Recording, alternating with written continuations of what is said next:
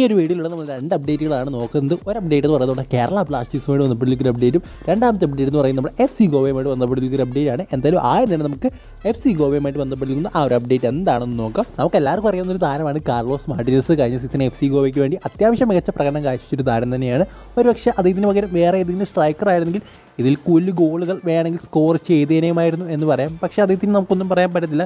കാരണം അദ്ദേഹത്തിൻ്റെ കരിയറിലെ അവസാന ഘട്ടത്തിലായിരുന്നു അദ്ദേഹം FC ഗോവയിലേക്ക് വന്നത്. എന്നിട്ട് പോലും അദ്ദേഹം 10 ഗോളുകൾ സ്കോർ ചെയ്തിരുന്നു. എന്തായാലും എടുത്തു പറയേണ്ട കാര്യം എന്ന് പറയുന്നത് ഇപ്പോൾ അദ്ദേഹം വിരമിച്ചിരിക്കുകയാണ്. എന്തായാലും ഒഫീഷ്യലായിട്ട് FC ഗോവ തന്നെ ഈ ഒരു കാര്യം പറഞ്ഞിട്ടുണ്ട്. അതിൻ്റെ സോഷ്യൽ മീഡിയ അക്കൗണ്ട് വഴി അദ്ദേഹവും പറഞ്ഞിട്ടുള്ളൊരു കാര്യമാണ് അദ്ദേഹം വിരമിച്ചത്. സോ കാർലോസ് മാർട്ടിനസിൻ്റെ ഒരു പ്ലെയർ എന്ന കരിയർ ഇതോടുകൂടി അവസാനിച്ചിരിക്കുകയാണ്.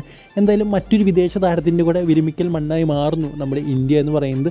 സോ മിക്കവാറും താരങ്ങൾ അവരുടെ അവസാന ഘട്ടത്തിൽ അല്ലെങ്കിൽ അവരുടെ വിരമിക്കുന്ന ടൈം ആകുമ്പോൾ മാത്രമുള്ള അതായത് വരുന്ന സ്ഥലമായിട്ട് മാറിയിരിക്കുകയാണ് ഇപ്പോൾ ഇന്ത്യ. ഇപ്പോൾ നല്ല ചേഞ്ചുകളുണ്ട്. ഇന്ത്യ വരുന്ന താരങ്ങൾ അതായത് വിദേശ താരങ്ങൾ മറ്റ് നല്ല ക്ലബ്ബുകളിൽ ഓഫർ കിട്ടി പോകുന്നുണ്ട്. പക്ഷേ നേരത്തെയൊക്കെയാണെങ്കിൽ അതായത് ആദ്യത്തെ 3 സീസണിൽ ISLലേക്ക് നോക്കുകയാണെങ്കിൽ ഇന്ത്യയിൽ വന്നു കഴിഞ്ഞാൽ അടുത്തൊരു ഫേസ് എന്ന് പറയുന്നത് അവരുടെ റിട്ടയർമെൻ്റ് ആയിരുന്നു.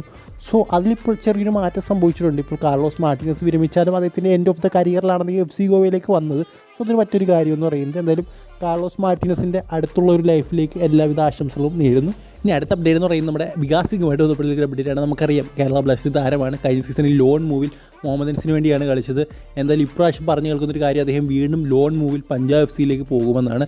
പക്ഷേ ഇപ്പോൾ നമുക്കറിയാൻ സാധിക്കുന്നത് അദ്ദേഹം പഞ്ചാബ് FCയിലേക്കൊന്നും പോകാൻ പോകുന്നില്ല.